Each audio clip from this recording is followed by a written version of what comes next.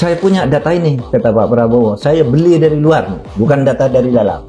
Perusahaan ini nih, sekian 34 tahun nih makan uang negara. Ini 25 tahun, ini 40 makan uang negara. Masa Anda mau nyumbang ke negara? Katanya. Sampai gini Pak, kamu, Pak Listio, Pak Agus, Panglima, Kapolri, tidak ada gunanya kamu bintang-bintang tempat ini. Assalamualaikum warahmatullahi wabarakatuh. Mahfud MD dalam podcast Forum Keadilan ya membeberkan kalau Prabowo pernah menegur yaitu Kapolri Listio Sigit dengan mengatakan tidak guna bintang 4-mu ya jika lembaga kepolisian tidak lebih baik, sehingga Prabowo memutuskan membentuk tim percepatan reformasi kepolisian. Saya punya data ini, kata Pak Prabowo. Saya beli dari luar, bukan data dari dalam. Perusahaan ini nih, sekian 34 tahun nih makan uang negara. Ini 25 tahun, ini 40 makan uang negara. Masa Anda mau nyumbang ke negara? Katanya. Sampai gini Pak, kamu, Pak Listio, Pak Agus, Panglima, Kapolri, tidak ada gunanya kamu bintang-bintang tempat ini. Mas Darmawan, saya lewat bicara dengan Anda ini bukan fitnah ya. Iya. Nanti saya bawa buktinya ke dalam rapat itu, ini loh yang belum waktunya. Ini loh yang sudah dipecat masuk lagi. Ada semua. Kalau ada yang di luar mendengar tersinggung gitu. Ini yang saya katakan ini ada buktinya semua. Ada saya dapat dari orang yang merasa terdolimi. Di Polri sendiri ada kebijakan resmi yang saya dengar. Bahwa kalau ada penerimaan sekian, 30% itu jatahnya hak prerogatif Kapolri. Misalnya nerima perwira baru ya, 30% itu Kapolri. Ketika Prof masuk ke dalam, mengamati, merasakan suasananya, Prof masih punya optimisme yang besar bahwa ini akan meraih target, yakni mereformasi kepolisian. Keinginan orang perubahan 100. Mungkin tim ini bisa memberi 60 atau 70. 60-70 yang bisa Profesor berikan. Udah banyak tuh. Sudah diumumkan oleh Pak Jimli kemarin di depan kami.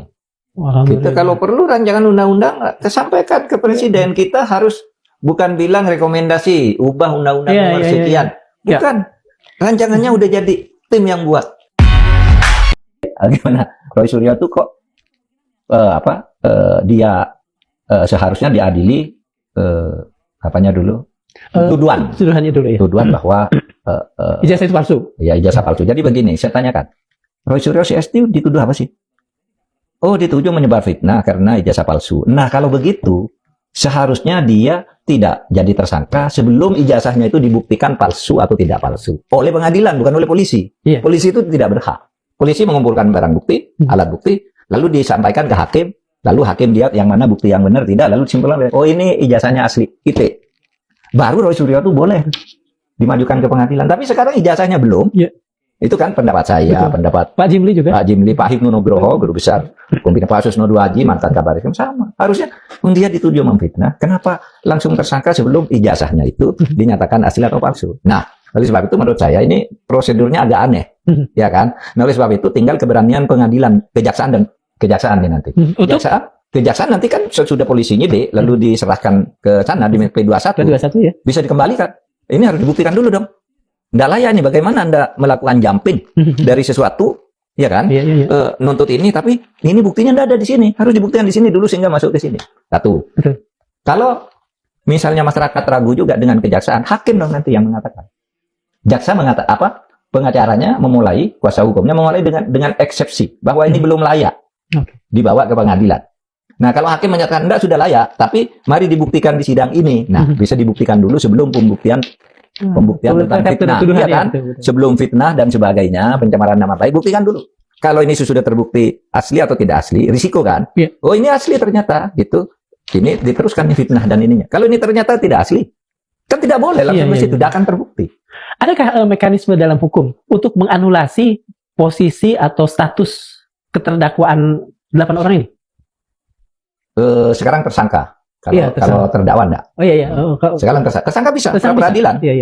Tapi pra peradilan agak meragukan juga. Iya, betul. Proses awalnya sudah dimulai. Ini kan rasan-rasanannya itu, rasan-rasanannya publik yang harus direformasi besok. Kalau di pengadilan tuh polisi lagi yang main. Ini gitu kan. Kalah lagi kan. Itu kecurigaan publik selama ini begitu. Kalau tanpa pra peradilan bisakah dianulasi? ditiadakan kemudian status tersangka ini? Karena dengan jaksa nanti, Pak. dengan yang tadi Bapak Jaksa katakan. mengatakan. Sehingga jaksa bisa mengatakan nih belum bisa dilanjutkan, atau jaksa mengatakan ya sudah ini tidak bakal bisa dilanjutkan kan tutup. Tapi nanti bisa di eksepsi, Pak. Eksepsi pada sidang pertama. Kami melakukan eksepsi karena ini. Menurut saya perlu pengacara yang cerdas. Nah, biasanya yang agak cerdas begitu gitu itu terlepas dari kita suka atau tidak suka, seperti Hotman Paris tuh bisa tuh menggali-gali begitu. Itu cerdas juga tuh kalau cari. Tapi oke lah, terserah pengacaranya ya. Nah, gitu Pak. Yang kedua, nanti hakim bisa memutus. Ya. Hakim memutuskan NO. NO itu tidak dapat diterima. Bukan ditolak, tidak dapat diterima. Tidak masuk ke pokok perkara. Kenapa? Karena buktinya tidak ada. Gitu. Dia kan NO. Nah, tapi kalau NO itu kan bisa diadili lagi. Tetapi, oke nanti kami adili, tapi selesaikan dulu nih pembuktian oleh hakim. Gitu kan? Oleh hakim pidana. Apa hakim pidana? Bukan peradilan lain. Ada yang keliru. Itu Pak Mahfud bilang diadili dulu perdata PTN. Enggak, saya sudah bilang perdata PTN enggak bisa. Peradilan pidana yang lain. Perkara baru. Khusus untuk keaslian ijazah. Atau pengadilan itu memulai dulu ya. Buktikan dulu bahwa ijazahnya asli atau tidak asli baru. Nah ini baru fair pengadilan ya. Baru fair pengadilan. Saudara nanti bisa dihukum karena UGM punya, kami punya aslinya, kami punya dokumen, Pak Jokowi punya aslinya. Nanti tunjukkan di situ di pengadilan secara terbuka. Baru Saudara CS harus bisa membuktikan bahwa kalau tidak bisa harus siap masuk penjara kan gitu. Apakah kalau misalnya tidak ada proses untuk mengkonfirmasi sah atau tidaknya ijazah ini, tetapi pengadilan terus berlanjut, itu artinya pengadilan tidak fair? Ya mestinya tidak fair kalau memang tidak ada pembuktian lebih dulu terhadap itu. Mestinya tidak fair dong. Tetapi Anda tahu, putusan pengadilan itu fair atau tidak fair itu mengikat. Iya kan? Iya betul. Iya kan? Betul. Anda setuju atau tidak setuju itu mengikat gitu. Ya. Kecuali nanti ada intervensi dari presiden, kan boleh kan? Iya. Dia melakukan apa deponering, apa seponering atau apa gitu kan bisa presiden melakukan itu gitu.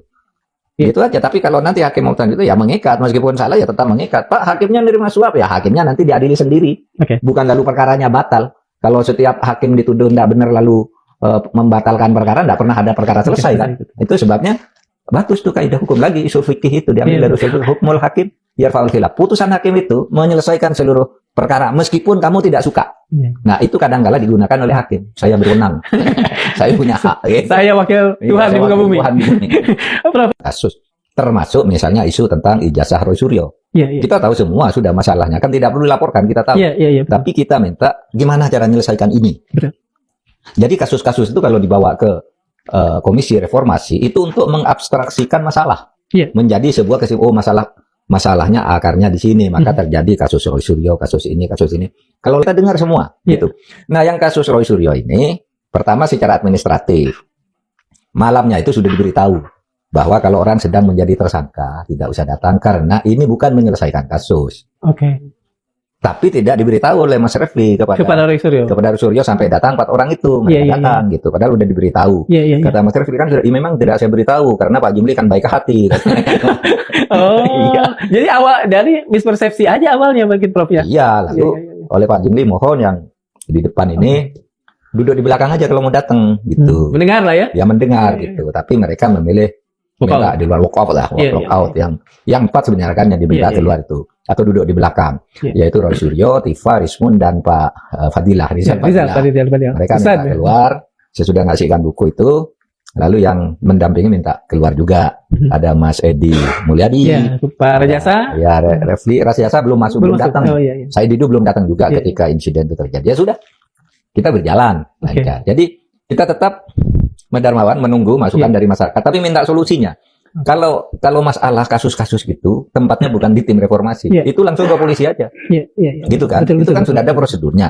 Nah, dalam situasi begini, polisi juga hati-hati. Kalau ada laporan, itu mesti diproses hati-hati karena sedang ada tim reformasi kan gitu. Banyak yang sudah mulai beraksi, mulai berbenah diri lah polisinya. Kalau begitu clear, Prof. Nah, apa yang kami dapatkan di pemberitaan, kemudian kami juga mendapatkan sisi yang lain dari katakan saja pelapor. Kemudian saat ini kami juga mendapat versi dari Prof dan teman-teman Medilog setelah mendengar semua ini, saya kira kalau dalam jurnalisme ada yang dikatakan cover both side, maka kami sudah melakukan itu dan teman-teman di rumah sudah bisa mencerna dari kedua sisi. Nah, kita kehalang Nah, tidak hanya itu saja, netizen menyoroti di mana kemarin Roy Suryo CS ya akhirnya walk out di saat melakukan audiensi dengan tim percepatan reformasi kepolisian, sehingga Roy Suryo ya diminta diam, tidak berbicara di belakang, sehingga karena solidaritas memutuskan keluar. Nah, akhirnya ditanggapi oleh Susno Duaji, yaitu mantan Kabareskrim Polri, dengan mengatakan ya walaupun mereka menjadi tersangka tetapi mereka berhak tetap berpendapat ya, yaitu Ketua Reformasi Kepolisian Jimli Asidiki tidak memberi ruang dan kesempatan kepada mereka untuk memberikan pendapatnya. Bagaimana kepolisian bisa direformasi menjadi lebih baik ya, karena polisi sekarang menjadi sorotan publik. Yang divonis bersalah begitu, padahal tadi Anda sampaikan vonis bersalah pun juga masih boleh mengeluarkan pendapatnya, aspirasinya. Oke, ini Anda melihat akan ada dampak politis nggak Pak Susno, bahwa ini tim baru dibentuk, kepolisian baru mau direformasi oleh tim yang baru terbentuk, tapi kok seolah-olah sudah menunjukkan arogansi, kelihatan ada simbol ketegangan di situ, ada perbedaan pendapat dalam upaya reformasi. Anda melihat akan ada dampak politisnya nggak? Kalau bukan dampak politik, selain dampak politik adalah dampak administratif pekerjaan mereka. Mereka sangat seluruh Indonesia ya sangat berharap bahwa tim reformasi ini hasil kerjanya bagus dan ini top chair gitu untuk perbaikan Polri. Tetapi harus mendengar aspirasi semua orang. Semua orang itu bukan hanya tersangka saja, terhukum pun ya warga negara berhak bersuara. Jadi siapapun boleh bersuara. Jadi jangan kalau tersangka tidak boleh. Nah, ini berarti sudah memvonis bahwa orang itu dibatasi. Tersangka belum tentu bersalah. Tersangka bisa saja masalah kriminalisasi. Terhukum juga itu kebenaran, baru kebenaran hukum dunia gitu kan. Masih bisa dia banding, bisa kasasi gitu. Jadi artinya semua suara harus kita dengar. Nah, tentang dampak politiknya apa gitu. Kalau tim betul-betul ya, ini tanda petik saya ini. Saya tidak tahu persis dari tim reformasi apa alasannya. Itu baru mendengar sepihak dari Refli Harun ya. Nah, kalau betul-betul penolakan tim itu karena kamu tersangka, nggak boleh hadir, tidak sesuai etika. Oh enggak, hukum tidak mengatakan bahwa tersangka nggak boleh didengar suaranya karena melanggar etika. Oh enggak, hukum itu nggak membedakan orang gitu ya. Tapi itu kan kita baru menilai sepihak ini ya. Saya terus terang saja. Nah, tidak hanya itu saja ya, Jimli Asidiki mendapat sorotan dari publik karena dianggap tidak netral.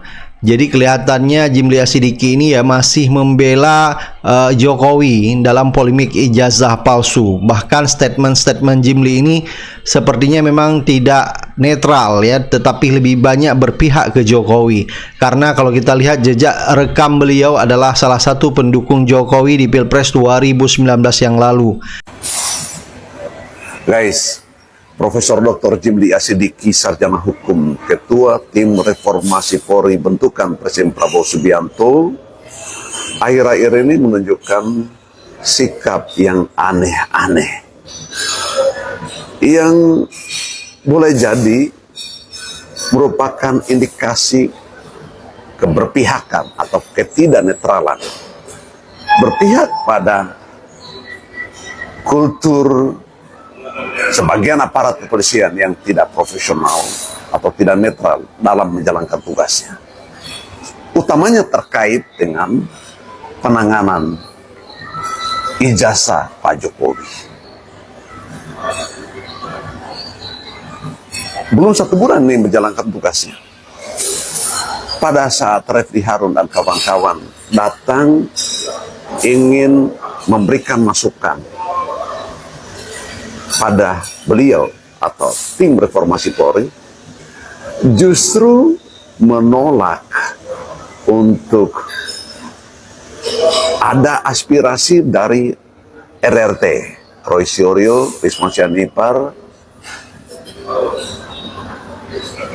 Dr. Tifa dan kawan-kawan. Ditolak nih. Kenapa ditolak?